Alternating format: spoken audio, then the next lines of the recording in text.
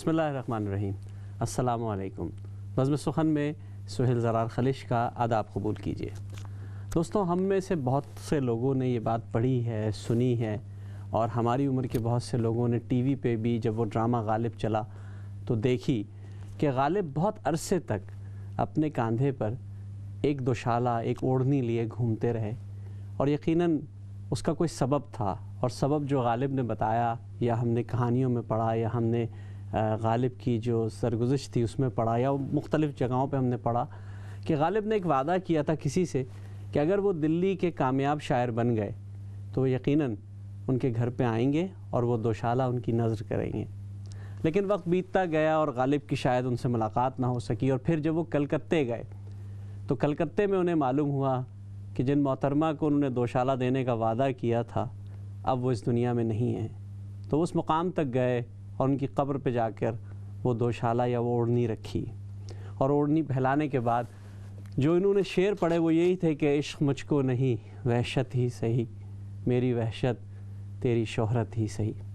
تو کبھی کبھی چیزیں وحشت سے شہرت تک کا سفر بہت دیر میں طے کرتی ہیں اور کبھی بہت تیزی سے طے کر لیتی ہیں۔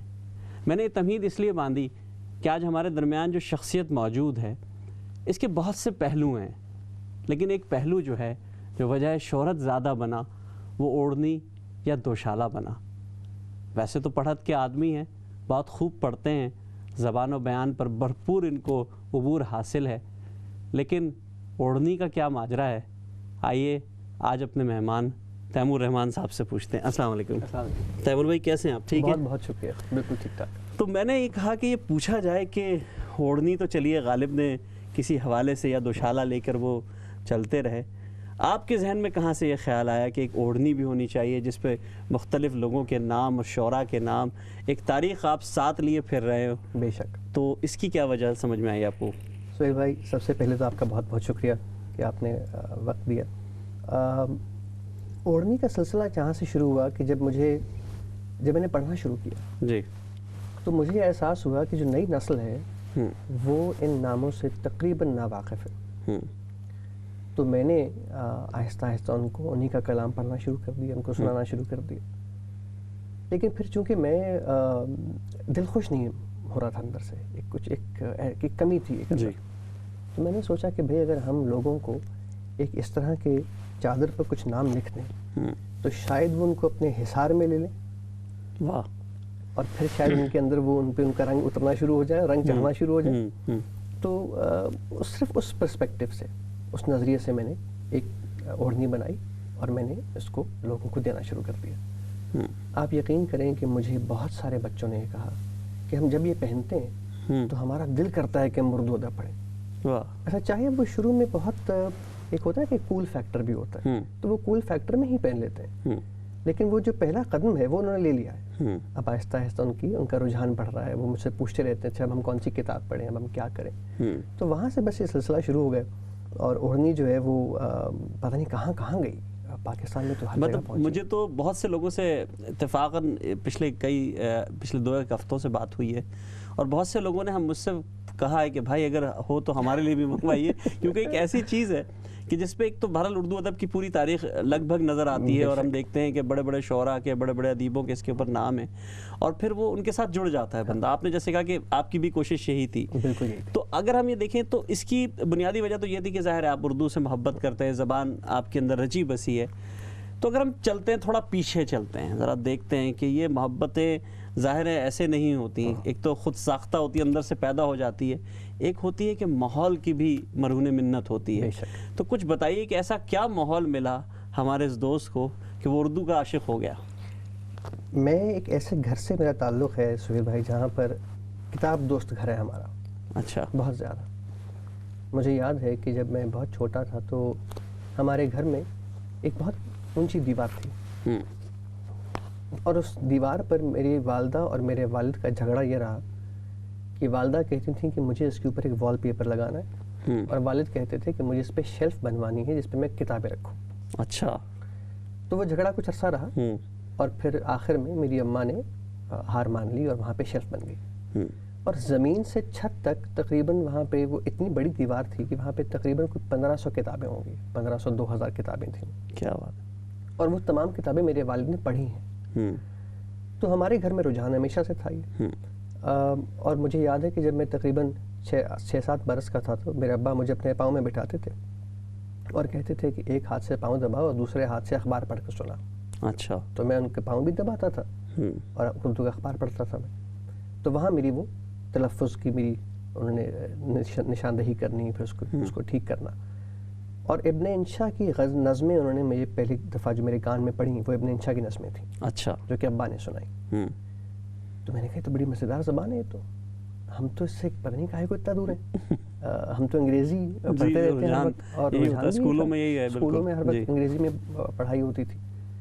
تو نہ جانے کیوں بس مجھے لگتا ہے کہ وہ میرے ابا نے میرے دل کی زمین پر اردو کا وہاں پہ ایک بیج بو دیا انہوں نے. کیا بات ہے. اور بس پھر وہاں سے آہستہ آہستہ خوشہ نکلا اور پھر وہ پھول نکلے اور وہاں سے پھر اردو کی خوشبو پھیلنی شروع ہوئی. اور پھر میں نے بہت پڑھا اور لیکن پڑھنے سے پہلے میں نے سنا بہت.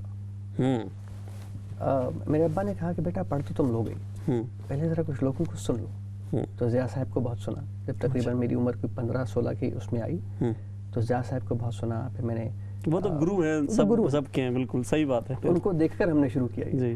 اور جب میں نے ان کو دیکھا تو مجھے لگا کہ شاید یہی کام ہے کرنے والا جو مجھے آتا ہے، جو میں کر سکتا ہوں. تو میں نے پڑھنا شروع کر دیا. اور اسکول میں تقریری مقابلے ہوتے تھے اردو کے.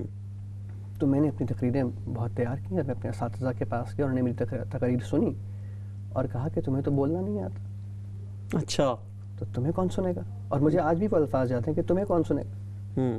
تو میرا دل بہت ٹوٹا. میں نے کہا اچھا یہ تو بڑی بات خراب ہے یہ تو. اور ساتھ ساتھ انہوں نے یہ بھی کہا کہ نہ تمہیں پڑھنا آتا ہے نہ تمہیں کچھ سنے گا. تمہاری آواز بھی اچھی نہیں ہے اور تمہارا تلفظ بھی بالکل بیکار ہے. تو تم انگریزی کی طرف جاؤ، تم انگریزی میں ٹھیک ہو. تو خیر ہم نے انگریزی مباحثوں میں حصہ لیا. ہم جیت بھی جاتے تھے، کبھی ہار جاتے تھے. لیکن کہیں نہ کہیں وہ خواہش تھی میری کہ میں نے اردو پڑھنی ہے. اور وہ تقریباً کوئی اب سے کوئی 10 سال پہلے پھر یہ سفر شروع ہوا باقاعدہ طور پر پڑھنے کا، محفلوں میں پڑھنے کا.